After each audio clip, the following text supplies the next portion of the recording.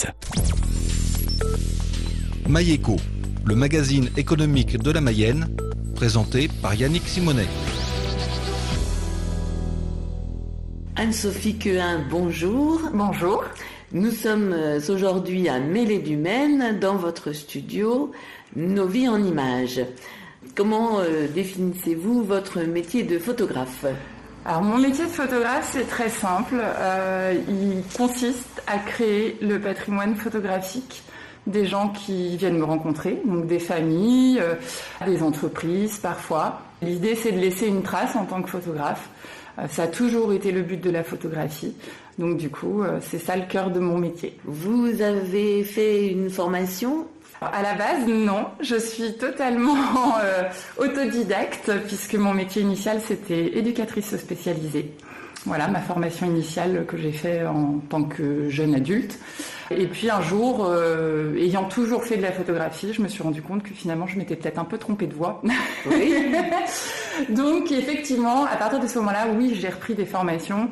J'ai repris ce qu'on appelle dans notre jargon de la photographie des workshops, donc des formations très ciblées sur des techniques particulières, sur des thèmes particuliers, à savoir est-ce qu'on va travailler sur du mariage, sur de la famille, sur du nouveau-né, sur de l'entreprise, pour élargir, on va dire, mes compétences. Et puis après, ça a été aussi beaucoup de travail personnel. Oui, on imagine bien. Et ça fait longtemps que vous êtes installée à Meslay ? Alors, ça fait pas très longtemps que je suis arrivée à Meslay, puisque le nouveau studio a ouvert au 1er février 2023. En revanche, avant ça, du coup, ça fait déjà 10 ans que j'exerçais alors sur Préau, une toute petite commune à côté de Meslay. Mais voilà, mais le vrai grand studio, c'est que depuis le 1er février. Mais quand même, 10 ans d'expérience, ça commence à compter. Ça commence à compter. J'avoue que je savais pas trop dans quoi je m'embarquais au départ. Mais c'est plutôt chouette de voir que 10 ans, un peu plus de 10 ans après, je suis toujours là, quoi. Là, et puis installée dans un très joli studio. C'est ça. Je suis passée d'un tout petit studio qui faisait 25 mètres carrés oui. à aujourd'hui un studio qui en fait 140 où je peux accueillir mes clients de manière hyper confortable avec des espaces différenciés. C'est un vrai confort pour travailler. Oui, c'est vraiment très, très joli. Vous étiez originaire de Meslay ou de la région ? Alors, pas du tout. Je suis une immigrée en Mayenne. Comme beaucoup. Comme beaucoup, exactement. En fait, moi, j'ai un parcours très particulier puisque du coup, je suis née en région parisienne et j'ai beaucoup voyagé en France avec mes parents. Oui. Mon papa bougeait beaucoup pour son travail. Et on est arrivé du côté de Sablé qu'en 1997.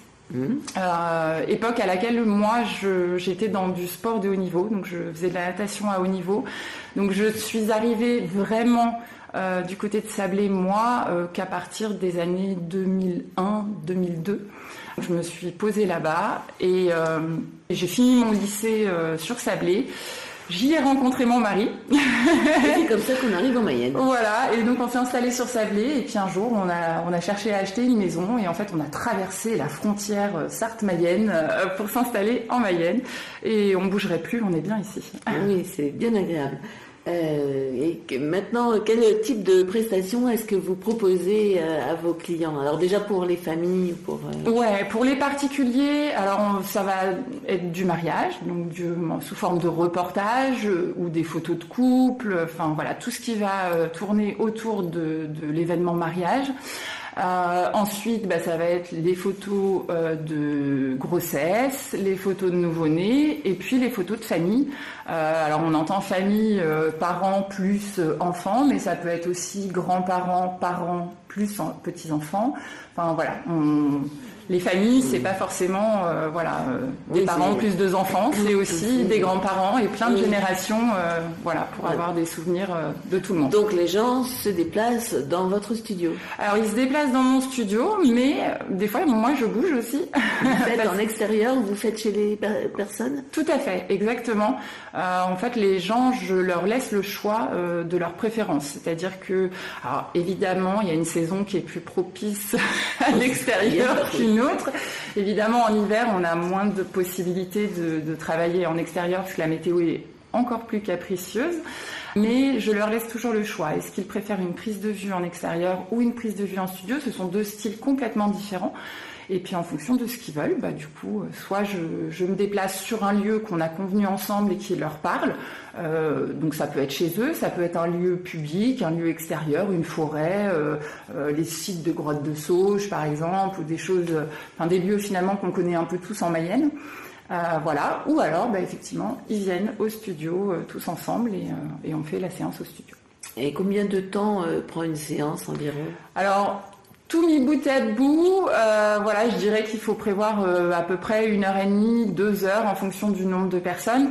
Après, on va être sur une prise de vue effective qui va durer à peu près 1 heure, mais on ne passe pas 2 heures à faire cliquer. Il faut le temps de mettre en place les gens, d'échanger aussi, c'est important, le contact, de faire connaissance, de prendre confiance. Oui. Le placer les gens, leur expliquer ce qu'on va faire. Donc on va dire que globalement, il faut prévoir 1h30 à 2 heures pour une prise de vue effective d'à peu près 1 heure. Donc vous vous déplacez aussi pour des mariages, pour des événements? Oui, les mariages, alors c'est vraiment souvent là où je bouge le plus, même si j'avoue que maintenant je commence à avoir mon secteur bien défini et finalement je bouge de moins en moins, mais j'aime bien parfois. Alors votre secteur justement géographique, quel est-il? Alors sur les événements, il n'y a pas vraiment de secteur géographique. Cet été par exemple, je suis partie faire un mariage à Paris début juillet. Oui, donc ça n'est pas en Mayenne. Voilà, ça n'est pas en Mayenne. Après, je ne cherche pas à faire toute ma saison de mariage dans des lieux très lointains.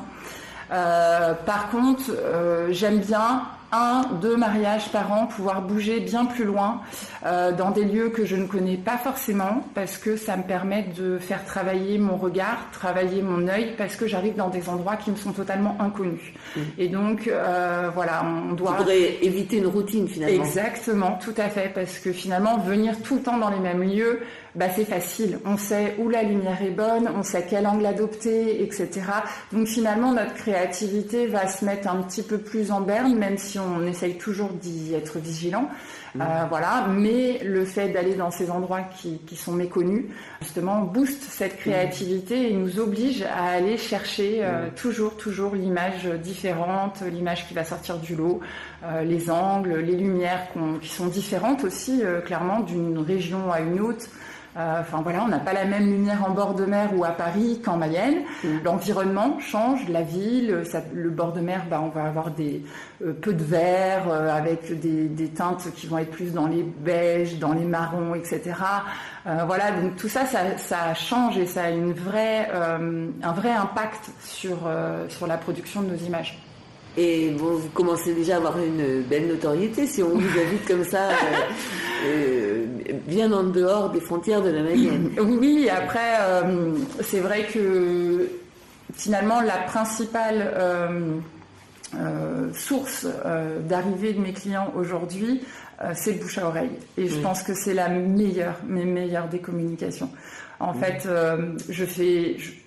pour ainsi dire, je fais très peu de communication et en fait, c'est juste parce que j'ai pas vraiment le temps. Ça prend beaucoup de temps de communiquer, y compris sur les réseaux. J'essaye d'y être présente, mais c'est vraiment pas évident. Et finalement, je me suis rapidement rendu compte que c'était mes clients qui parlaient le mieux de mon travail. C'est vrai que c'est comme ça que je vous ai connu. Voilà, exactement. Donc du coup, je suis très à l'aise finalement avec ça, avec le fait de laisser justement les personnes qui m'ont fait confiance parler de mon travail. Je trouve que c'est ma meilleure récompense en fait, le fait de savoir que certains clients vont venir sur la recommandation de personnes qu'ils connaissent et qui ont déjà travaillé avec moi. Du coup, c'est ça qui me rend fière en fait. De me dire que mes clients sont satisfaits de mon travail, ils sont heureux d'avoir leur support, de pouvoir avoir leurs images à partager avec leur famille et qu'ils le fassent savoir, je trouve ça chouette. En effet, le bouche à oreille, c'est la meilleure reconnaissance et la meilleure publicité. Anne-Sophie Quehin, je vous propose que l'on s'interrompe pour aujourd'hui. On se retrouvera la semaine prochaine pour aborder ensemble tout le travail que vous avez derrière, la face plus cachée de l'activité de Nos Vies en Images, votre studio photo. Merci pour ce premier épisode.